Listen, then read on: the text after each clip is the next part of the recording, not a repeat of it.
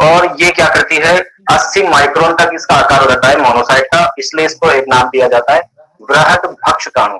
क्या नाम दिया जाता है? बृहद भक्षकाणु इसको नाम दिया जाता है। और विद्यार्थी हम बात करते हैं लिम्फोसाइट की। कल यहाँ से हमारी क्लास बंद हो गई थी क्योंकि इसकी लिमिट खत्म हो गई थी, तो लिमिट क्रॉस होने की वजह से हम क्लास को पूरा नहीं कर पाए थे। तो हम अगली वाली जो लिम्फोसाइट को हम पढ़ते हैं, तो विद्यार्थी लिम्फोसाइट जो होती है, इसके नाम से पता चलता है कि इसका संबंध लिम्फ तंत्र से होता है, लिम्फेटिक सिस्टम से होता है, यानी कि इसका संबंध रक्त से नहीं होकर के किससे होता है? लिम्फ तंत्र से होता है। तो विद्यार्थियों ये छोटे आकार के होते हैं। पहली बात तो इसका आकार कैसा होता है? छोटा आकार, छोटा आकार इसका होता है लिम्फोसाइट का, ठीक है, छोटा आकार इसका होता है। और ये अंडाकार केंद्र युक्त होती है। लिम्फोसाइट की बात कर रहे हैं हम, इसका केंद्र कैसा होता है? अंडाकार, ठीक है, इसका केंद्र कैसा होता है? अंडाकार होता है। और गोल, ये स्वयं कैसी होती है? स्वयं गोल होती है। इसका केंद्र अंडाकार होता है, यानी केंद्र विविधताओं में केंद्र अंडाकार होता है, जबकि ये कोशिका स्वयं क्या होती है? गोल होती है। और हम बात करते हैं इसका जीवन काल बहुत कम होता है। इसका जीवन काल लगभग 2 से 100 दिन तक हो सकता है। जो इसका जीवन काल की बात करें तो 2 से 100 दिन तक इसका जीवन काल हो सकता है। तो और भी ज्यादा दिन हो सकते हैं, तो लाइफ टाइम इसका जीवन काल लिख लेते हैं। तो इसका जीवन काल 2 से लेकर के 100 डेज तक, 2 से लेकर के 100 दिन तक इसका जीवन काल हो सकता है, ठीक है। 2 से लेकर के 100 दिन तक इसका क्या हो सकता है? जीवन काल हो सकता है। और विद्यार्थियों ये जो होती है, ये 2 प्रकार की होती है विद्यार्थियों। जो हम लिम्फोसाइट की बात करें, जैसे लिम्फोसाइट हमारे पास, लिम्फोसाइट विद्यार्थियों 2 तरह की होती है। एक तो होती है टी लिम्फोसाइट, एक तो होती है टी लिम्फोसाइट, एक होती है विद्यार्थियों बी लिम्फोसाइट।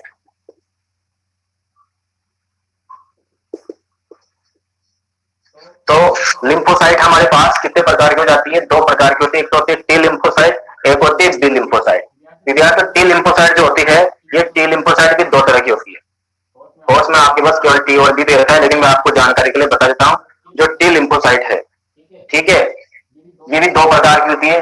एक तो होती है T4, एक होती है T8। टी लिम्फोसाइट भी 2 तरह की होती है, एक होती है T4, एक होती है T8। T4 को कहते हैं सहायक सेल्स, और जो T8 होती है वो होती है मारक सेल्स। मारक, उसको बोल सकते हैं हम किलर, मारक सेल। विद्यार्थी इसको एन के किलर भी बोलते हैं, एन के किलर, एन के किलर। याद रखना हमारे पास 2 तरह की टी लिम्फोसाइट है, एक तो है T4 लिम्फोसाइट, एक T8 लिम्फोसाइट। तो विद्यार्थी जो हम बात करते हैं, जो टी लिम्फोसाइट होता है, टी लिम्फोसाइट की हम बात करें, जो टी लिम्फोसाइट है इसका निर्माण, इसकी हम बात करें, टी लिम्फोसाइट जो होती है इसका निर्माण। तो विद्यार्थी टी लिम्फोसाइट का जो निर्माण होता है ना, वो निर्माण होता है अस्थि मज्जा में। कहां पे होता है? अस्थि मज्जा में। अच्छे से आप समझ लेना इसको। टी लिम्फोसाइट जो होती है उसका निर्माण कहां पे होता है? अस्थि मज्जा में। जबकि इसका परिपक्वन कहां पे होता है? टी लिम्फोसाइट का निर्माण तो अस्थि मज्जा में होता है, जबकि मैं इसकी बात करता हूं, इसका जो परिपक्वन है टी लिम्फोसाइट का, इसका परिपक्वन, टी लिम्फोसाइट का परिपक्वन जो होता है ना, वो थाइमस में होता है। भाई इसमें होता है थाइमस में। ये बहुत ही अच्छा क्वेश्चन आपकी आगे आ जाता है, आपके 12th बोर्ड में भी आप लिख सकते हो, कोई प्रॉब्लम नहीं है। क्या बताना चाह रहा हूं मैं आपको बताना चाह रहा हूं कि जो टी लिम्फोसाइट है, चाहे वो T4 हो या T8 हो, उनका जो परिपक्वन होता है ना, वो तो होता है थाइमस में। तो सबसे पहले तो हम याद करें कि किसी भी प्रकार की हमारी रक्त कणिका हो, उसका निर्माण तो अस्थि मज्जा में होगा। किसमें होगा? अस्थि मज्जा में। लेकिन अगर परिपक्वन की बात आती है यहाँ पर, तो टी लिम्फोसाइट का परिपक्वन थाइमस में होगा और निर्माण किसमें होगा? अस्थि मज्जा में होगा। अब हम ये काम क्या करती है? लिम्फोसाइट का काम क्या है? लिम्फोसाइट का काम भी यही है, फेगोसाइटोसिस। लिम्फोसाइटोसिस क्या करती है? प्रतिरक्षा के लिए क्या करती है? एंटीबॉडी का निर्माण करती है। बहुत अच्छा क्वेश्चन है। इसका कार्य क्या है? दोनों के बारे में बता दूं मैं आपको। टी लिम्फोसाइट और बी लिम्फोसाइट विद्यार्थी क्या करती है? ये दोनों ही मिलकर के एंटीबॉडी फॉर्मेशन करती है। एंटीबॉडी को आपने याद किया होगा, कितने एंटीबॉडी होते हैं हमारे शरीर में? कितने प्रकार के एंटीबॉडी या इम्यूनोग्लोबिन प्रोटीन बनती है? तो विद्यार्थी ये याद रखना, तो ये एंटीबॉडी बनाते हैं तो ठीक है, ब्लड में तो दो ही तरह के एंटीबॉडी होते हैं, एंटीबॉडी ए और एंटीबॉडी बी, ये दो ही प्रकार के एंटीबॉडी होते हैं। ठीक है, तो ये जो टी मानक सेल से देखो ये सहायता करते हैं। अब एक बात और बता दो आपको, आप चैप्टर नंबर 42 पढ़ेंगे मानव रोग। क्या पढ़ेंगे? मानव रोग है हमारे चैप्टर में, बहुत सारे रोग है। तो विद्यार्थियों में यहाँ बता दो आपको, जो टी सहायक सेल्स है, अगर टी सहायक सेल्स में क्या आ जाती है? कमी आ जाती है। क्या आ जाती है? कमी आ जाती है विद्यार्थियों। टी सहायक सेल्स में क्या आ जाती है? कमी आ जाती है ना, तो हमें एक रोग हो जाता है। कमी आने से एक रोग होता है, उस रोग का नाम है एड्स। यही याद रखें ना आप लोग। यहाँ तो नहीं लिखना है आपको पेपर में, तो मैं नोट पेज रखे हैं उसी पे अकॉर्डिंग लिखना है। तो लिम्फोसाइट दो तरह का होता है विद्यार्थियों, टी लिम्फोसाइट और बी लिम्फोसाइट। कितना होता है? टी लिम्फोसाइट और बी लिम्फोसाइट। टी लिम्फोसाइट भी दो तरह का होता है, T4 lymphocyte, T8 lymphocyte. T4 lymphocyte को हम सहायक सेल्स कहते हैं या सहायक लिम्फोसाइट कहते हैं, और T8 का मतलब होता है मारक सेल्स।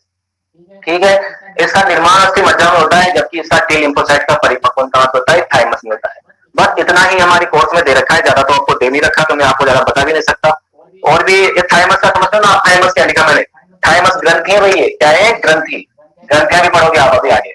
थाइमस ग्रंथि होती है जो बाल्यावस्था में मौजूद होती है, बाद में ये रेत हो जाती है, हल्की सी टूट टूट के ये रेत के जैसे कण हो जाते हैं। तो विद्यार्थियों हमने बात करी है लिम्फोसाइट की, तो लिम्फोसाइट की हमने बात करी है। तो लिम्फोसाइट का आकार छोटा होता है और इसका जीवन काल बड़ा होता है। देखो आप, सबसे ज्यादा जीवन काल इसी का है, 2 से 100 दिन तक दे रखा है। और अंडाकार होती है, इसका केंद्रक अंडाकार होता है, जबकि ये स्वयं कैसी होती है? गोल होती है। स्वयं कैसी होती है? गोल होती है। लिम्फोसाइट दो, टी लिम्फोसाइट, बी लिम्फोसाइट। काम क्या है? एंटीबॉडी निर्माण करना। मैं कार्य भी लिख देता हूँ, आप लोग कंफ्यूज नहीं हो। आप इसका कार्य जो है प्रतिरक्षा के लिए, प्रतिरक्षा के लिए एंटीबॉडी निर्माण, एंटीबॉडी निर्माण। विद्यार्थी प्रतिरक्षा के लिए एंटीबॉडी का निर्माण करती है हमारे पास लिम्फोसाइट, है ना। एक और एंटीबॉडी निर्माण किसने किया था बताओ, किसी को याद हो? एक और एंटीबॉडी का निर्माण किया था, देखो हमारे पास, ठीक है ना। एंटीबॉडी प्रतिजन भी पैदा कर रहे हैं, प्रतिजन जो ट्रेस करते हैं बाहर से, वो भी क्या करते हैं? एंटीबॉडी का फॉर्मेशन करते हैं हमारे ब्लड में। तो बस आप लिम्फोसाइट के बारे में इतना से याद रखो। तो नोट पढ़ने के लिए आप लोग चाहो तो स्क्रीनशॉट ले लिया करो फटाफट, जिससे क्या होता है आपके पास लिखने की जरूरत नहीं पड़े आपको। ऐसे स्क्रीनशॉट ले लिया करो जिससे आपको फायदा पहुंच जाए। नेक्स्ट चलते हैं आगे हम चलते हैं। बहुत अच्छा टॉपिक है, बिल्कुल सिंपल टॉपिक भी है और आपके समझने लायक टॉपिक है। और जो आगे डॉक्टर बनना चाहता है या नीट का एग्जाम देना चाहता है, वो इन कार्यों को याद करे। देखो क्वेश्चन बहुत सिंपल होते हैं और पेपर में उनको अलग तरीके से पूछा जाता है। क्वेश्चन के तरीके बहुत सिंपल है। क्वेश्चन जैसे आपके क्वेश्चन आया था पहले चैप्टर 21 में, त्वचा के कार्य लिखिए। उस त्वचा के कार्य में हरपन मोला शब्द आ गया। क्या आ गया? हरपन मोला। अब इंग्लिश मीडियम वाले बच्चे पढ़ते थे, तो इंग्लिश मीडियम वाले बच्चों ने क्या पढ़ा? Jack of the all trades. लेकिन बाई चांस मान लो हिंदी मीडियम वाला शब्द आ गया हरपन मोला, तो उसका मतलब भी आना चाहिए। हरपन मोला का मतलब क्या होता है? ऑलराउंडर। स्किन क्या होती है? ऑलराउंडर। वैसे एक और ऑलराउंडर है हमारी बॉडी में, क्या नाम है उसका ऑलराउंडर का? ब्लड। कौन है? ब्लड। ब्लड एक प्रकार का ऑलराउंडर परिवहन करता है। ऐसी गाड़ी हमारे शरीर में हर एक चीज का ट्रांसपोर्ट करती है।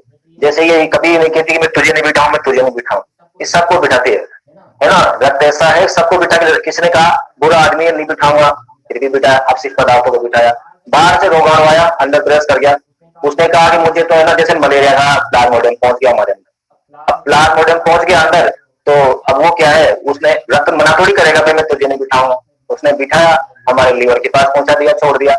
मलेरिया वाला फिर धीरे धीरे करेगा। उसने सोचा यार ये तो गाड़ी को खा रहा है, हम इसको लेके आए, हमारी चीजों को नुकसान पहुंचा रहा है। तो इस तरह की बात है। देखो बिल्कुल ऐसा उदार हृदय वाला हमारा क्या होता है? रक्त होता है। तो रक्त के बारे में बिल्कुल सिंपल चीजें है, ये कभी किसी से मना नहीं करता, चाहे विदेशी हो चाहे हो। लेकिन ये जरूर है कि विदेशी अगर हमें नुकसान पहुंचाना चाहे तो उसको मारने के लिए उसके पास बहुत सारे हथियार होते हैं। एक प्रतिरक्षा की पंक्ति होती है, उससे सबको नष्ट कर देता है। अब हम बात करते हैं आगे नेक्स्ट रक्त के कार्य। रक्त के कार्य बहुत टॉपिक बहुत सिंपल है, आप समझ लीजिए, आपको समझने से बहुत सारा याद हो जाएगा।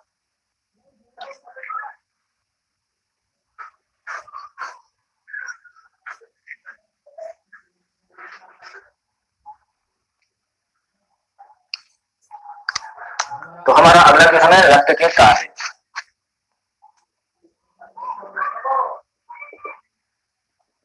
बहुत सिंपल टॉपिक है, हम इनको फटाफट कर लेंगे। तो सबसे पहला काम तो यही है रक्त हमारे शरीर में बनाए क्यों। इससे पहले एक तंत्र पढ़ा था हमने, श्वसन तंत्र। क्या पढ़ा था हमने? श्वसन तंत्र। तो श्वसन तंत्र में विद्यार्थी हमने पढ़ा था कि ये जो रक्त है ये बाहर से क्या करता है, वायुमंडलीय ऑक्सीजन को लेकर आता है, वायुमंडलीय ऑक्सीजन को लेकर आता है। तो सबसे पहला काम किसका है, ऑक्सीजन का परिवहन करना। शॉर्ट शॉर्ट में लिख के समझाऊंगा मैं आपको, ऑक्सीजन का परिवहन करना,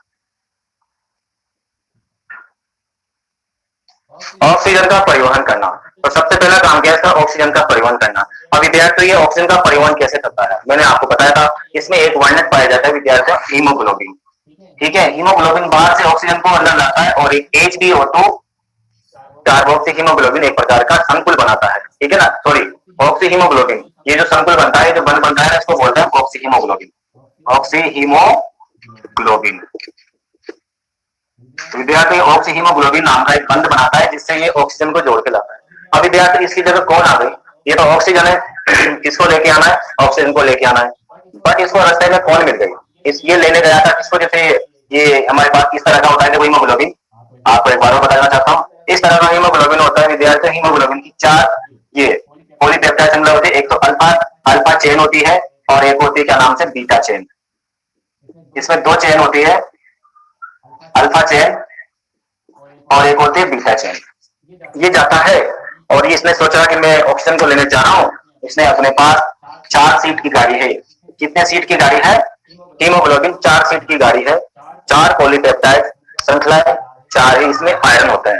इसी जगह पे यहाँ पे आयरन, यहाँ पे आयरन, यहाँ पे आयरन और यहाँ पे आयरन। इस तरह से इसमें क्या होता है विद्यार्थी, 4 आयरन और 4 पॉलीपेप्टाइड श्रृंखलाएं होती है। तो विद्यार्थी आपसे एक क्वेश्चन करता हूँ मैं कि जैसे मान लीजिए एक ऑक्सीजन है, यानी एक हीमोग्लोबिन का अणु सिंगल, एक Hb का जो अणु होता है वो कितने ऑक्सीजन का परिवहन करता है, एक Hb का जो अणु होता है वो कितने ऑक्सीजन का क्या करता है, परिवहन करता है। तो एक Hb का अणु बताओगे आप कितने ऑक्सीजन के अणुओं का परिवहन करता है, एक Hb, एक हीमोग्लोबिन अणु कितने Hb का परिवहन करता है, किसी को याद हो तो बोलो फटाफट।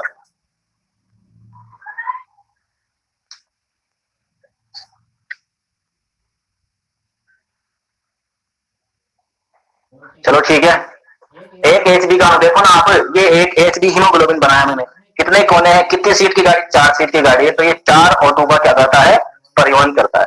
कितने O2 का परिवहन करता है, 4 O2 का ये परिवहन करता है विद्यार्थियों, है ना, 4 O2 का ये परिवहन करता है। तो इस प्रकार से मान लीजिए ये स्टेशन पे लेने किसको गया है, ऑक्सीजन को, मेरी कहानी बताई तो आपको, लेकिन इसको रास्ते में कौन मिल गई, कार्बन मोनोऑक्साइड मिल गई। भाई ठीक है, कार्बन मोनोऑक्साइड ने कहा ठीक है, कार्बन मोनोऑक्साइड बहुत सुंदर गैस है, बहुत ही सुंदर गैस है भाई, सुंदर मतलब देखा तो नहीं लेकिन फिर भी इसलिए सुंदर है कि इसमें व्यक्ति को मीठी नींद आती है, व्यक्ति इसको ग्रहण करते करते करते करते आराम से सो जाता है, पता भी नहीं चलता उसको कि मैं मर गया हूँ। घर वालों को पता चलता है, खुद को पता चलता है, तो घर वालों को पता चलता है कि आदमी सो रहा था यार ये तो, लेकिन ये तो उठ ही नहीं रहा।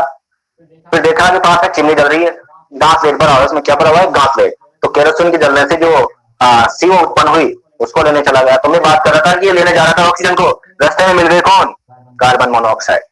अब नाम इसको कार्बन मोनो को याद करा, मोना, इसको कैसे याद रखते हो, मोना, कार्बन मोना मिल गए इसको, हीमोग्लोबिन को मोना मिल गए। तो ये मोना को क्या करते, देख के सोचा कि मैं तो ऑक्सीजन को बात बोले पहले मोना को ले लेता हूँ, तो ये मोना को पहले बिठा देता है, यानी कार्बन मोनो। तो ये इस प्रकार से कभी कभी क्या करता है, ऐसा हमेशा नहीं होता, हमेशा इसका काम यही लेने जाने का जिसको, इसकी बंधुता, इसका प्रेम, यानी इसका जो प्रेम होता है हीमोग्लोबिन का, वो प्रेम किसके प्रति ज्यादा होता है, कार्बन मोनो के प्रति ज्यादा होता है विद्यार्थी, इसको याद रखना है। तो मोना को बिठा लेगा, मोना को बिठाते हमारा हो जाएगा सत्यानाश। क्यों, क्योंकि फेफड़ों तक ये चल बिठा के तो ले जाएगा, कोशिकाओं तक पहुंचाएगा, लेकिन जो CO होती है उस CO का हमारी ये CO जो होती है ना, कार्बन मोनोऑक्साइड, क्या वो ग्लूकोज को तोड़ सकती है, नहीं। जैसे हम C6H12O6 की क्रिया जैसे CO से कराएंगे तो यहाँ कार्बन तो पहले कैसे टूटेगा, कार्बन तोड़ने के लिए कार्बन को अलग करने, कार्बन तो और बढ़ गया यहाँ पे। तो विद्यार्थी ये क्या करता है, ज्यादा डिटेल में नहीं जाऊंगा मैं आपको। तो इस प्रकार से यह है कि एक Hb का अणु 4 ऑक्सीजन का परिवहन करता है, लेकिन इस O2 की जगह कभी कभी कार्बन मोनो मिल गया तो उसका परिवहन करेगा। तो पहली बात मैं आपको बता देता हूँ, ये हमारे शरीर में गैस का परिवहन करता है, किसका, ऑक्सीजन का परिवहन करता है। तो इसको सिंपल से आप याद रखना, ऑक्सीजन का पेपर में इतना सा लिख लेना केवल आप, तो ये क्या करता है, ऑक्सीजन का परिवहन करता है, फेफड़ों में ऑक्सीजन का बंद बना करके ये हमारे रक्त में छोड़ता है और वहां से कोशिकाएं इसका उपयोग करती है, और उपयोग करने के बाद जो हीमोग्लोबिन है ना, तो वो टूट जाता है। मैंने बताया था कल, प्रोटीन भाग अमीनो एसिड में टूटेगा और इसके बाद इसका एक और भाग कौन सा, प्रोटीन, ठीक है ना। इस प्रकार से एक और था बिलीरुबिन, बिलीवर्डिन में टूट जाएगा। तो विद्यार्थी इस तरह से आपको रखना है, पहला काम तो ऑक्सीजन का परिवहन करना, बस इतना सा लिख देना पेपर में, कार्य लिखिए ऑक्सीजन का परिवहन करना। कितने ऑक्सीजन का परिवहन करेगा? एक हीमोग्लोबिन का अणु 4 ऑक्सीजन के अणुओं का क्या करेगा? परिवहन करेगा। नेक्स्ट क्या है? ये CO2 का परिवहन भी करता है, CO2 का परिवहन। अब CO2 का परिवहन मतलब हमारा रक्त, मैं रक्त की बात कर रहा हूँ, हीमोग्लोबिन की बात नहीं कर रहा, मैं रक्त की बात कर रहा हूँ। रक्त क्या करता है? CO2, यानी जैसे ऑक्सीजन जाएगी, ऑक्सीजन जाने के बाद जो हमारा ग्लूकोज टूटेगा, तो ग्लूकोज टूटने के बाद विद्यार्थियों वहां से CO2 मुक्त होगी। उपापचय क्रियाओं के दौरान हमारे शरीर में CO2 मुक्त होती है हमारे ऊतकों में, तो ऊतकों में से ये CO2 को निकाल करके कहाँ पे ले जाएगा? हमारे फेफड़ों में ले जाएगा और वहां से इसको बाहर निकाल देगा। ये इसका दूसरा काम हो जाएगा। ठीक है, रक्त में छोड़ देते हैं भाई। उसके अलावा और भी बहुत सारे काम करता है, खाद्य पदार्थों का वितरण करता है भाई। अगला काम फूड सप्लाई, खाद्य पदार्थों का वितरण। शॉर्ट में याद रख लो, फूड सप्लाई का काम करता है भाई। फूड सप्लाई का काम भी हमारे ब्लड करता है। कैसे करता है? देखो क्या क्या चीजें बनती है। आहार नाल में पचाया गया भोजन क्या होता है? हमारी आंतों के माध्यम से उसको क्या किया जाता है? अवशोषित किया जाता है। अवशोषित करने के बाद उसको कहाँ छोड़ा जाता है? उसको कोशिकाओं के पास पहुंचाया जाता है। कोशिकाएं उसका इस्तेमाल करके क्या करती है? ATP का निर्माण करती है। ये काम किया जाता है। दूसरा इतना खाद्य पदार्थों का वितरण करता है। अगला काम क्या है इसका? नेक्स्ट इसका काम होता है शरीर ताप का नियंत्रण। शरीर ताप नियंत्रण। तो विद्यार्थी इसमें बहुत ज्यादा मात्रा में क्या पाया जाता है? जल पाया जाता है। जैसे हमें लगता है कि हमें प्यास, हमारे शरीर में जल की कमी हो तो हम पानी पी लेते हैं, तो पानी भी किसके माध्यम से जाता है? पानी भी ब्लड के माध्यम से। आप जानते हो लगभग 90% उसमें पानी होता है ब्लड में, है ना? 90% पानी होता है और ये हमारे शरीर का ताप नियंत्रण करने का काम करता है। रक्त में अपशिष्ट पदार्थों को डाल देता है, यूरिया यूरिक अम्ल के माध्यम से। पसीने के माध्यम से बहुत सारे पदार्थ हमारे शरीर से बाहर निकलते हैं। ये काम भी रक्त करता है। रक्त शिक्षण के होते हैं बार बार सभी। अभी मत सोचना कि अलग से कोई नलिकाएं वही में पाई जाती है। तो ये रक्त नलिकेश नलिकाएं आती है हमारी श्वेत ग्रंथियों के पास त्वचा के नीचे, वो छोड़ती है वहां से। अगला ये हार्मोन का सेवन करता है। किसका सेवन करता है विद्यार्थियों? हार्मोन का सेवन। हार्मोन जानते हो ना आप लोग, पढ़ोगे आप आगे। हार्मोन का संवहन करता है। संवहन मतलब जानते हो? परिवहन। वही ये क्या करता है? हमारी अंतःस्त्रावी ग्रंथियां होती है विद्यार्थियों। अंतःस्त्रावी ग्रंथियों के द्वारा जो हार्मोन का निर्माण किया जाता है उसको सीधा रक्त में छोड़ दिया जाता है और सीधे रक्त से कांटेक्ट होता है हमारी कोशिकाओं का या ऊतकों का। वो इस हार्मोन को ग्रहण कर लेते हैं और हमारे शरीर में हार्मोन की प्रतिक्रिया होती है, प्रतिक्रिया होती है। डिटेल से हार्मोन वाले चैप्टर में पढ़ेंगे। उसके बाद और भी काम है, रोगों से बचाव करता है भैया। आपने पढ़ ही रखा है, ये रोगों से बचाव करता है। रोगों से बचाव कैसे करता है मैंने आपको बता दिया। हमारी आरबीसी होती है, पढ़ेंगे यहाँ पर। हमारी जो आरबीसी होती है, आरबीसी की सतह पर, हमारी आरबीसी की सतह, हमारी आरबीसी है, इसकी सतह पर क्या पाया जाता है? एंटीजन पाए जाते हैं। तो ये एंटीजन क्या करते हैं? एंटीबॉडी निर्माण में क्या करते हैं? सहायता करते हैं, जिससे हमें रोगों से बचाव मिलती है। अभी थोड़ी देर पहले पढ़ा आपने प्रतिरक्षा की प्रथम पंक्ति, संक्रमण से बचाती है हमें। ठीक है ना? बहुत सारा काम ये करती है और भी बहुत सारा काम करती है। देखो शरीर में जैसे बाहर से कोई क्या होता है? बचाव किसे करती है? बाहर से एंटीजन प्रवेश करता है। एंटीजन को मान लीजिए बाहरी कोशिका, जब भी बाहरी कोशिका या कण ले लीजिए वो हमारी बॉडी में प्रवेश करेगा, तो उसके खिलाफ हमारी जो रक्त कणिकाएं होती है ना, आरबीसी जो होती है हमारी, आरबीसी खास तौर पे वो एंटीबॉडी,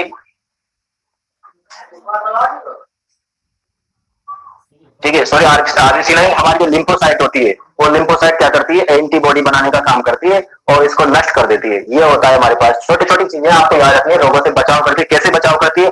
आपसे पूछा जाएगी हमारा रक्त हमारे शरीर में रोगों से बचाव कैसे करता है, तो विद्यार्थी ये बाहरी प्रवेश किए गए, ऐसे लिखना है आपको, बाहरी प्रवेश किए गए या बाहर से आए हुए विदेशी कणों या कोशिकाओं के खिलाफ एंटीबॉडी का निर्माण करता है और उन्हें नष्ट कर देता है। ये होती है प्रक्रिया।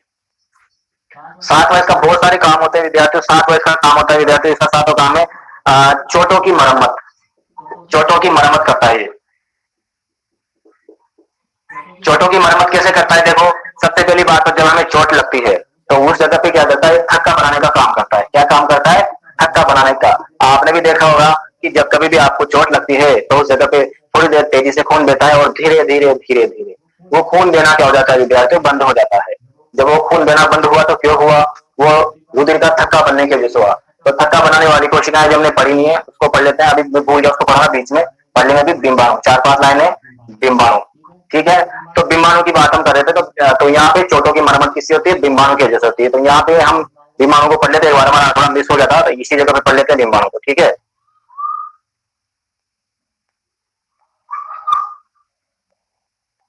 तो दिया तो डिम्बाणु को हम प्लेटलेट्स भी कहते हैं, यही पढ़ लेते हैं, ठीक है ना, इसी जगह पे कार्य भी पढ़ लेंगे, साथ में डिम्बाणु भी पढ़ लेते हैं एक बार। डिम्बाणु को हम प्लेटलेट्स भी कहते हैं भाई, क्या कहते हैं, प्लेटलेट्स, ठीक है ना। डिम्बाणु को हम प्लेटलेट्स भी कहते हैं। एक और नाम होता है इसका, किसी को याद हो तो बताओ, एक और नाम होता है इसका थ्रोम्बोसाइट्स। इसका नाम क्या होता है, थ्रोम्बोसाइट्स।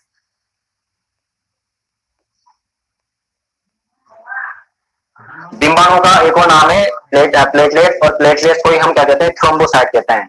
क्योंकि ये थ्रोम्बोसाइट इसलिए कहते हैं क्योंकि इसमें क्या होती है, थ्रोम्बोप्लास्टिन प्रोटीन पाई जाती है, ठीक है ना, और फाइब्रिनोजन प्रोटीन, तो एक प्रकार से रेशेदार प्रोटीन की बनी होती है ये। और इसमें क्या होता है, देखो इसका आकार निश्चित नहीं होता। जो हम बात कर रहे हैं डिम्बाणु की, तो ये अनिश्चित आकार की होती है भाई, अनिश्चित आकार, अनिश्चित आकार की होती है हमारी डिम्बाणु। और प्लेटलेट्स क्यों बोला जाता है, और ये एक बात याद रखना, प्लेटलेट्स जो होता है बहुत सूक्ष्म मात्रा में होती है, लेकिन जब हमें डेंगू का अटैक होता है हमारे ऊपर, डेंगू का जीवाणु जो होता है वो पे, या परजीवी जो होता है अटैक करता है, तो प्लेटलेट्स को क्या कर देता है, खत्म कर देता है। प्लेटलेट्स की संख्या बहुत कम हो जाती है। इसके अलावा ये जो है, इसमें दो तीन चीजें और है, ये इसका निर्माण भी वही सिंपल याद रखना, अस्थि मज्जा में होता है। प्लेटलेट्स का निर्माण भी कहाँ पे होता है, अस्थि मज्जा में। तो इसका निर्माण की बात करूं मैं, तो इसका निर्माण भी वही होगा, कहाँ पे, अस्थि मज्जा में। सबका वही है, सेम टू सेम, सबका निर्माण अस्थि मज्जा में हो रहा है। और बात करते हैं इसकी जो जीवन काल कितना होता है, जीवन काल होता है इसका लाइफ टाइम, डिम्बाणु का जो लाइफ टाइम होता है, ये लाइफ स्पम जो होता है वो कितना होता है, जीवन काल 4 से 7 दिन होता है भाई। बस 4 से 7 दिन तक ही डिम्बाणु का जीवन काल होता है। 4 से 7 दिन में आप ऐसे देखो ना, आपके जो थक्का जमता है ना 4 से 7 दिन में ठीक हो जाएगा, ऐसे याद रख लीजिए। और भी हम बात करते हैं इसमें विघटन कहाँ पे होता है, सबका विघटन वहीं चला जाएंगे, यकृत और प्लीहा में। तो इस डिम्बाणु का विघटन भी कहाँ होता है, यकृत और प्लीहा में होता है। सिंपल काम है, इसका आकार बहुत छोटा था, देखो याद रख लेना, जैसे 2 से 4 माइक्रोन होता है। कितना होता है, 2 से 4 माइक्रोन इसका आकार होता है। विद्यार्थी 4 से और बातें बताऊं, दोबारा रिपीट करता हूं एक बार और। डिम्बाणु को प्लेटलेट्स कहते हैं, प्लेटलेट्स या इसका दूसरा नाम है थ्रोम्बोसाइट, ठीक है। और क्योंकि इसमें थ्रोम्बोप्लास्टिन प्रोटीन होती है। इसके अलावा इसका आकार अनिश्चित होता है, 4 से 7 दिन इसका जीवन काल होता है, और इसका निर्माण अस्थि मज्जा में होता है। बस इसमें इतना ही है, और ज्यादा कुछ नहीं दे रखा डिम्बाणु के बारे में। और आपको याद होगा कि जो मलेरिया रोग होता है, डेंगू मलेरिया, कौन सा मलेरिया होता है, डेंगू मलेरिया। उस डेंगू मलेरिया में हमारे शरीर में प्लेटलेट्स की कमी आ जाती है, ठीक है, प्लेटलेट्स की क्या जाती है, कमी आ जाती है। वापस चलते हैं हम कार्य की तरफ। हमारे कार्य क्या, रक्त के कार्य चल रहे थे। और एक और काम है, देखो उत्सर्जी पदार्थों का परिवहन करना।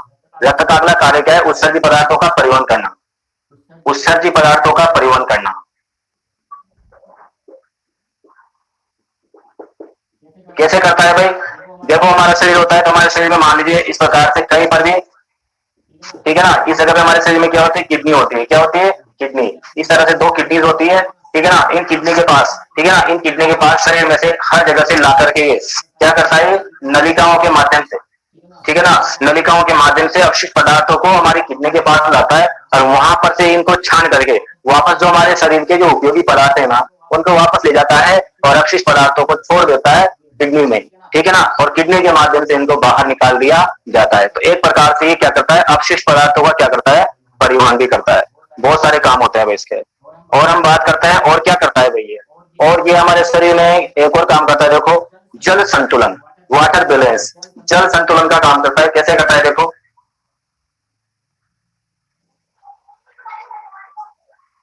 आपने एक चीज पढ़ी होगी, पराशर नियमन वगैरह, अभी प्लाज्मा का काम वगैरह पढ़ा था आपने। पराशर नियमन का काम करता है, मतलब कोशिकाओं में बराबर मात्रा में जल है या नहीं है, इसकी पूरी जिम्मेदारी भी किसकी होती है, हमारे रक्त की होती है। कोशिकाओं के पास पानी पहुंचाना, पानी वहां से बाहर निकालना, ज्यादा हो गया तो इस प्रकार की प्रक्रिया भी यही करता है। और ये क्या करता है, जैव रासायनिक, इसमें बहुत सारी क्रिया होती है। देखो जल तत्वों का काम यह है कि हमारे शरीर में बहुत सारी उपापचय क्रिया होती है। हम खाना खाते हैं, उत्सर्जन होता है, पाचन होता है, बहुत सारी प्रक्रिया, परिसंचरण होता है। तो उन सभी उपापचय क्रियाओं में क्या होती है, ये सब क्रियाएं जलीय माध्यम में संपन्न होती है। कौन से माध्यम में संपन्न होती है, जलीय माध्यम में। तो हमारे कोशिकाओं की जो क्रियाएं हैं उनको जलीय माध्यम भी प्रदान कौन करता है, हमारा रक्त करता है। इसीलिए ये जल संतुलन का काम करता है, वाटर बैलेंस का काम करता है। और भी इसके काम है देखिए बहुत सारे। और ये लोगों का निदान भी करता है। निदान मतलब देखो इलाज अलग होता है, निदान अलग होता है। जैसे ही हमें कोई शरीर में, हमारे शरीर में कोई समस्या खड़ी होती है ना विद्यार्थियों, जैसे हमारे शरीर में कोई समस्या खड़ी होती है, हम जाते हैं हॉस्पिटल। हॉस्पिटल जाते हैं, डॉक्टर के पास जाते हैं। डॉक्टर क्या करता है, पर्ची लिखता है। पर्ची में क्या लिखता है, पहले हमसे पूछेगा क्या हो रहा है, डॉक्टर वो है, हमसे पूछेगा क्या हो रहा है, भाई हमें बुखार आ रही है, ठीक है। कैसी आ रही है, ठंड लग के आ रही है या फिर ऐसी आ रही है? फिर हम बोल देंगे ठंड लग के आ रही है। वो पूछेगा क्या मरोड़ी भी लग रही है? हाँ मरोड़ी भी लग रही है। कम कभी भी लग रही है? सब हमसे पूछ लेगा, फिर लिखेगा जाओ बाहर जाओ और लैब से टेस्ट करा के लाओ। फिर आप टेस्ट करा के लाते हो। टेस्ट कराने के बाद आपको पता चलता है, उसमें आपको तो क्या साइंस वाले बच्चे हैं तो पता चल जाता है, लेकिन जो दूसरे लोग हैं उनको पता नहीं चलता। वो जाते हैं वहां से पर्ची लिखा के लाते हैं, जांच करा के लाते हैं, 2-3 घंटे में जांच आ जाती है। फिर डॉक्टर चेक करता है, फिर कहता है आपके हीमोग्लोबिन कम है, कभी कहता है आपके ग्लूकोज कम है, इस तरह से आपका बीपी लो है, आपके ये स्टोन आ गया है, बहुत सारी चीजें आपको कौन बताता है भैया? कैसे बताया उसने? इंजेक्शन हमारे हाथ में लगाया, इंजेक्शन भरा, खून निकाला, खून निकाल के चेक किया। टाइफाइड वाइफाइड जितनी भी लगभग लगभग बहुत सारी बीमारियां हैं, उन सभी बीमारियों का जो इलाज करता है, जो निदान करता है, पता लगाता है, निदान मतलब होता है पता लगाना। तो बहुत सारी बीमारियों का पता लगाने वाला भी कौन होता है? रक्त होता है। तो निदान करता है, रोग निदान। ठीक है, तो विद्यार्थी ये अनेक रोगों के परीक्षण में भी क्या काम आता है? हमारा रक्त कार्य करता है विद्यार्थी। तो बहुत सिंपल है, आप मैंने नोट्स आपको भेज रखे, वहां से लिखना सीधा।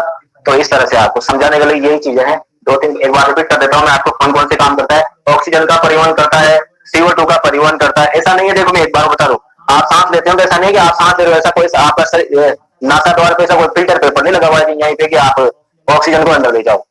नहीं, हम वायुमंडल की जितनी भी गैसें है ना, वो सभी हमारे शरीर में जाती है, सभी गैसें हमारे शरीर में जाती है। ठीक है, और उनको सिर्फ हीमोग्लोबिन लेने जाता है, वो सिर्फ दो ही चीजों को बिठा सकता है, एक तो कार्बन मोनोऑक्साइड को या फिर ऑक्सीजन को, इनको बिठा के ला सकता है, और को नहीं। और आती है चली जाती है, बस ये रहता है। सांस लेते हैं ना, जब उच्छ्वसन करते हैं तो बाकी गैसें भी निकल जाती है CO2 के साथ में। अब ये थे हमारे कार्य। अब हमारा बहुत ही महत्वपूर्ण टॉपिक शुरू होता है भाई, रक्त समूह। कौन सा महत्वपूर्ण टॉपिक शुरू होता है? रक्त समूह। तो उसको हम शुरू करते हैं। इसके बीच में अगर मैं साफ करता हूँ, अगर किसी के मन में कोई प्रश्न नजर आ रहा हो तो मुझसे पूछ सकता है।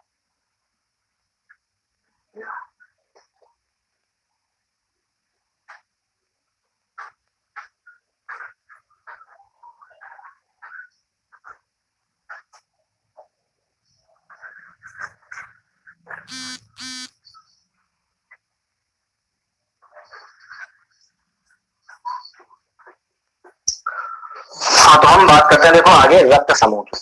रक्त समूह एक हमारे पास बहुत अच्छा टॉपिक है, और इसमें कंफ्यूजन बहुत ज्यादा है। बार बार हमने पढ़ लिया है, फिर भी हम भूल जाते हैं कौन सा एंटीजन है, कौन सा एंटीबॉडी किसके ऊपर है, किसका क्या है, सारी चीजों को हम भूल जाते हैं बार बार।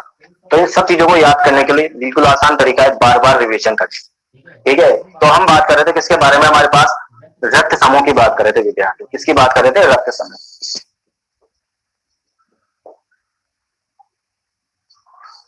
पुराने समय में क्या होता है, जो एक वैज्ञानिक का नाम सुना होगा आपने, अरस्तु का। अरस्तु का नाम सुना होगा विद्यार्थी। अरस्तु ने क्या किया था, जो रक्त समूह के आधार पर लाल रुधिर वाले, श्वेत रुधिर वाले या नीले रुधिर वाले, उनके आधार पर एनाइमा और अनामा के नाम से वर्गीकरण किया था। वगैरह में पढ़ोगा आपने। तो पहले व्यक्तियों को ऐसे जीवों को ऐसे पहचाना जाता था, किसका रंग लाल है, सॉरी किसका रक्त लाल है, किसका रक्त दूसरा है, सफेद है या कुछ है। कीटों का श्वेत होता है भाई, कीटों का क्या होता है? श्वेत रुधिर होता है। अब पूछा जाए कि कीटों का श्वेत रुधिर क्यों होता है, हमारा क्यों नहीं? क्योंकि जो कीट होते हैं, उन कीटों में विद्यार्थियों हीमोलिम्फ भरा होता है। क्या भरा होता है? हीमोलिम्फ। जो कीटों का रुधिर है ना, हीमोलिम्फ के नाम से जाना जाता है। विद्यार्थियों हमारा रुधिर जो हीमोग्लोबिन की वजह से हीम लाल रंग का होता है। नीले रंग का रुधिर भी आपने देखा होगा, ऑक्टोपस नीले रंग की शाही पहनता है, वो रुधिर होता है। वास्तव में उसका क्या होता है? रुधिर होता है। मोलस का प्राणी है या फिर कुछ नीचे वाले प्राणी है, उनके रुधिर का रंग कैसा होता है? नीला होता है। तो नीले रंग वाले प्राणी होते हैं। तो हम बात कर रहे हैं हमारे रक्त समूह की। रक्त समूह के बारे में सोचा किसी वैज्ञानिक ने, जैसे किसने सोचा? सबसे पहले सोचने वाला एक ही व्यक्ति था, जिसका नाम है कॉल लैंड स्टीनर। रक्त समूह की खोज करने वाला जो वैज्ञानिक था, वो था कॉल लैंड स्टीनर। तो विद्यार्थी रक्त समूह की खोज करने वाला एक वैज्ञानिक था, जिसका नाम क्या है? कॉल लैंड स्टीनर है। उसने क्या किया था, इसके बारे में खोज करी थी भाई। ठीक है ना। और मैं आपको बताना चाहता हूँ, इन्होंने किसके आधार पर खोज करी थी? तो प्रत्येक व्यक्ति जो होता है, इन्होंने बताया कि प्रत्येक व्यक्ति का रंग, रक्त का रंग लाल होता है। इसका मतलब यह नहीं है कि प्रत्येक व्यक्ति का जो रक्त एक जैसा होता है, नहीं। प्रत्येक व्यक्ति का जो रक्त होता है वो भिन्न भिन्न होता है। प्रत्येक व्यक्ति का जो रक्त होता है वो कैसा होता है? भिन्न भिन्न होता है। भिन्न भिन्न क्यों होता है? क्योंकि जो प्रत्येक व्यक्ति है, तो उसकी जो आरबीसी है, उसकी आरबीसी पर भिन्न भिन्न प्रकार के क्या पाए जाते हैं? प्रतिजन पाए जाते हैं। भिन्न भिन्न प्रकार के प्रतिजन, इसको इंग्लिश में एंटीजन कहते हैं।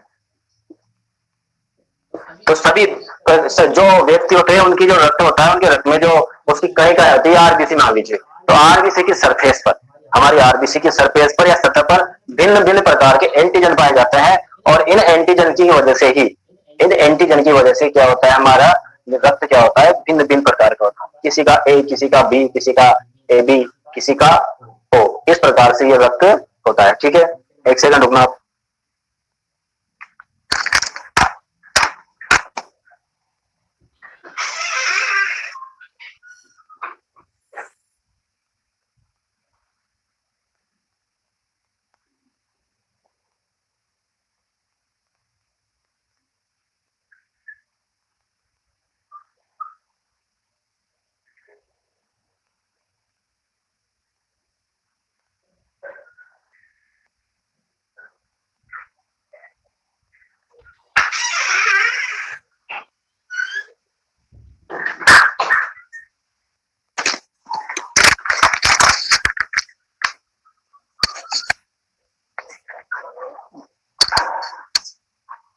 ठीक है, चलते हैं, आगे बढ़ते हैं।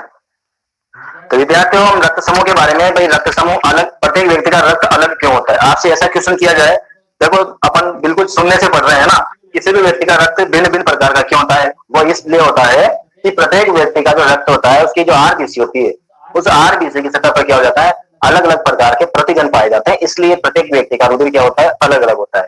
ये हमको इस तरह से याद रखना है। उसके बाद हम बात करते हैं प्रतिजन क्या है। प्रतिजन ये है, देखो विद्यार्थी, ये हमारी कोशिका बना देता हूं मैं, ठीक है, ये हमारी कोशिका, ठीक है, ये हमारी कोशिका, और बाहर से मान लीजिए हमारे शरीर में कुछ पदार्थ एलिमेंट शत्रु आ जाता है, शत्रु, जैसे ये शत्रु आ जाते हैं, ठीक है, ये इस प्रकार से शत्रु आ गए, ठीक है। ये भी क्या है, बाहरी कोशिका है, बाहरी सेल्स, बाहरी कोशिका है, ये बाहरी कोशिका है, ठीक है ना। जैसे हमारे शरीर के अंदर आती है, तो ये जो हमारे एंटीजन है, इसकी वजह से यहाँ पर क्या होता है, प्रकार से एंटीबॉडी का निर्माण होता है। तो विद्यार्थी, इसके बारे में हम बात कर रहे थे, तो ये जो है, तो प्रतिजन क्या है, प्रतिजन वो होते हैं, देखो वे पदार्थ है जो एंटीबॉडी का निर्माण करते हैं। कौन से पदार्थ है, प्रतिजन, यानी ये वे पदार्थ है जो किसका निर्माण करते हैं, एंटीबॉडी का। अब एंटीबॉडी कैसे आएगा, जैसे इस प्रकार से ये जो कोशिका है, ये हमारी कोशिका बिल्कुल भोली भाली कोशिका है। कौन सी कोशिका है, भोली भाली कोशिका है, इसको कोई प्रॉब्लम नहीं है, नो प्रॉब्लम। लेकिन बाहर से विदेशी आ गए, सींग वाले लोग, परजीवी आ गए, तो ये क्या करती है, जो एंटीजन होता है ना, ये एंटीबॉडी बनाता है और हमारी सेल्स को इस प्रकार से चारों ओर से क्या कर लेते हैं, घेर लेते हैं, इस प्रकार से। एक तो ये काम करते हैं, प्रोटेक्ट कर लेते हैं हमारे सेल्स को चारों तरफ से। अब सेल्स को कैसे नुकसान पहुंचेगा, नहीं पहुंचेगा। तो ये होते हैं, क्या होता है हमारे पास, एंटीबॉडी, यही बनाते हैं एंटीजन। ये भी एंटीजन है, बाहर से आने वाला भी एंटीजन, याद रखना, बाहर से आने वाला भी एंटीजन होता है, लेकिन इससे बचाने के लिए ये अंदर वाले एंटीजन एंटीबॉडी फॉर्मेशन कर लेते हैं।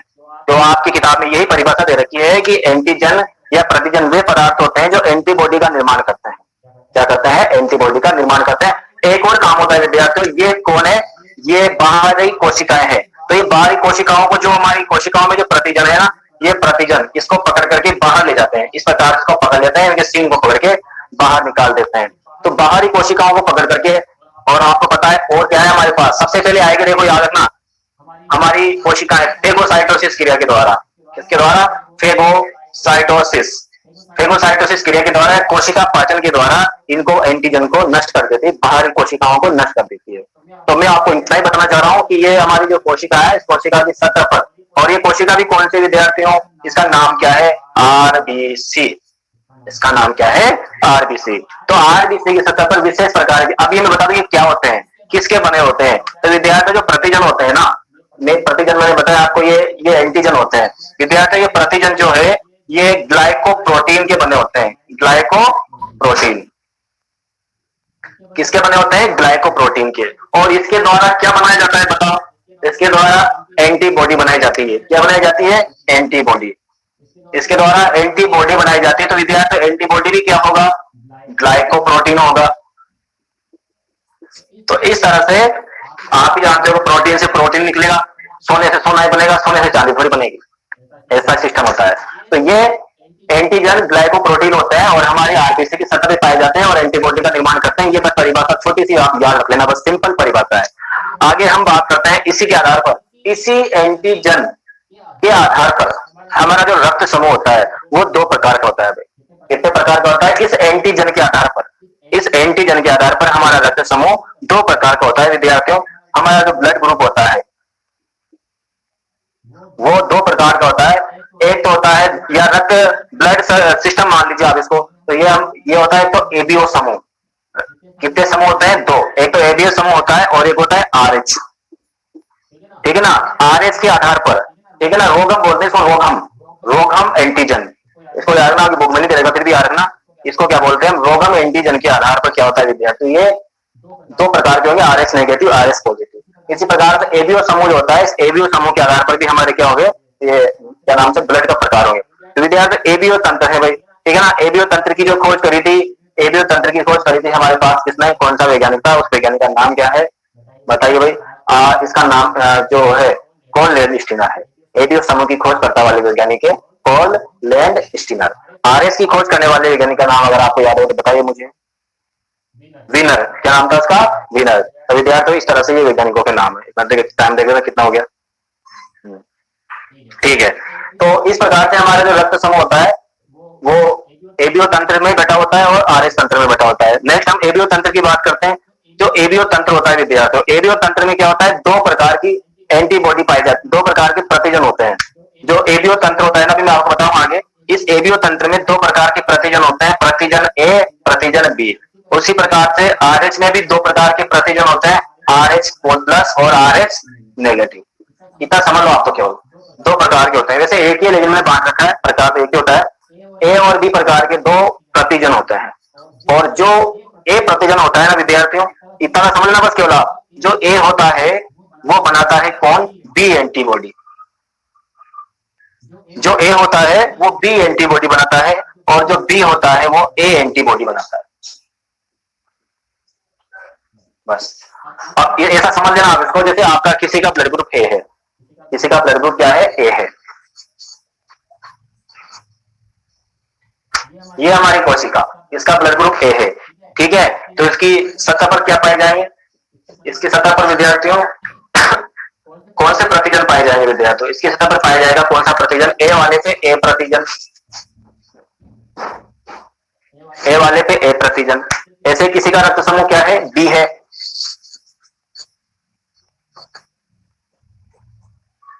किसी सेल्स का क्या है? बी है। बी वाले पे क्या? बी वाले पे बी प्रतिजन।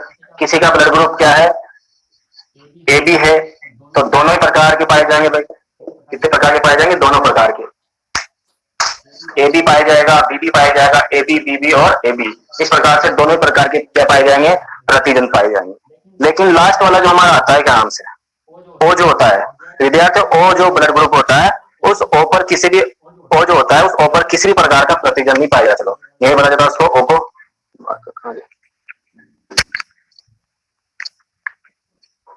जो ओ वाला ब्लड है हमारा, ओ ब्लड ग्रुप, उस पर किसी भी प्रकार का प्रतिजन नहीं पाया जाता। तो विद्यार्थी इस चीज को आप याद रखना। अच्छे से मैं आज को मिटा देता हूं नीचे वाले को। ये हमारे चार ब्लड ग्रुप है भाई। ये जो मैंने चित्र बना रखे हैं ये हमारे क्या है? चार ब्लड ग्रुप है। एक तो ब्लड ग्रुप का नाम ए, एक बी, एक ए बी और एक ओ। अब मैंने सिर्फ किसकी बात करी है विद्यार्थियों? मैंने बात किसकी करी है? मैंने बात करी है प्रतिजन की। किसकी बात करी है? सिर्फ प्रतिजन। जिस व्यक्ति का ब्लड ग्रुप ए होगा उस पे प्रतिजन ए होगा, जिसका ब्लड ग्रुप बी होगा उस पे उसका प्रतिजन बी होगा। जिस व्यक्ति पे क्या होगा, अब मैं बता देता हूँ, यहाँ पे बी ए बी होगा तो उस पे ए बी होगा, बी बी प्रतिजन होंगे। दो ही प्रकार के प्रतिजन होंगे। ओ वाले पे कोई प्रतिजन नहीं होगा। ये चीज आप याद रखना। अब मैं इसकी बात करता हूँ, जिसका ब्लड ग्रुप ए होगा, जिसका ब्लड ग्रुप क्या होगा? ए होगा, उस पे वो कौन सी एंटीबॉडी, उसके साथ कौन सी एंटीबॉडी लगी रहती है? तो विद्यार्थी ए वाले के साथ लगी रहती है बी एंटीबॉडी। ए वाले के साथ क्या लगी रहती है? B antibody. ए वाले के साथ क्या लगी रहेगी? बी। ए के साथ लगेगी बी और बी के साथ क्या लगेगी? ए, ठीक है। और बी के साथ ए और ए बी के साथ बोलो कौन सी रहेगी? बताओ, ए बी के साथ कौन सी एंटीबॉडी रहती है? याद हो तो बोलो। कुछ भी नहीं रहेगा एबी के साथ। हाँ, एबी के साथ कुछ नहीं रहेगा, क्रॉस। और ओ के पास रहेगी क्या, एंटीबॉडी, है ना। तो बस इतना सा याद रखना है आपको, ये कंफ्यूज नहीं होना है आपको। इसलिए सब जगह कंफ्यूज होता है, सवाल आता है पेपर में आपके 3 नंबर का 2 नंबर का, कि आपसे पूछा जाएगा किसी महिला का ब्लड ग्रुप ए बी है, किसी पुरुष का ब्लड ग्रुप बी है, उनकी शादी हो जाती है, तो बताओ संतान में ब्लड ग्रुप कौन सा होगा। कक्षा 10 में भी आता था और टॉस में भी आने की संभावना रहती है। ठीक है विद्यार्थियों, तो इसकी बात नहीं कर रहा हूँ यहाँ पे। अब देखो यहाँ पे इन्हीं से समझ लेना आप लोग, यहाँ पे ये हमारी कोशिकाएं हैं, आरबीसी है, 4 प्रकार की आरबीसी होगी, इसका मतलब तो ये हो गया। कितने प्रकार की आरबीसी होगी हमारे पास, 4 प्रकार की आरबीसी होगी। एक तो ऐसी जिसपे ए एंटीजन हो, एक पे बी एंटीजन हो, एक पे ए बी एंटीजन हो, और एक पे ए बी कुछ भी नहीं हो। ठीक है, तो इस प्रकार से जो मैंने लाल से लिखा है ना, ये लाल से लिखा जो क्या है, एंटीबॉडी है। क्या है ये, एंटीबॉडी है। अब रक्त आधान वगैरह हम पढ़ेंगे, बहुत सारी चीजें डिटेल से। ठीक है ना। तो विद्यार्थी ये जो क्लास है आपकी, क्योंकि पूरी नहीं हो पाएगी विद्यार्थी, तो मैं आज तो आपको सही समझा पाया हूँ। कल अपन ब्लड ग्रुप के बारे में पूरा डिटेल से पूरा पढ़ लेंगे, किस प्रकार से किस व्यक्ति को रक्त दिया जाता है, लिया जाता है, और वहां तक कि जो उसका इरिथ्रोब्लास्ट और फिटिलिस रोग है उसके बारे में हम पढ़ लेंगे। ठीक है, आज की क्लास में इतना ही। अगर कोई पूछना चाहता हो तो मुझसे पूछ सकता है अभी, क्योंकि इसमें भी पूछने लायक तो ये रटने वाली चीज शुरू होगी आगे। ब्लड ग्रुप है, ये समझने वाली है, इसका स्क्रीनशॉट ले लो अगर आपको याद करना हो थोड़ा सा, क्योंकि प्रॉब्लम आपको इसी में ज्यादा आती है। देखो, ठीक है भाई, क्लास को कर रहा हूं मैं, आ जाओ, है ना। आपका दिन शुभ रहे।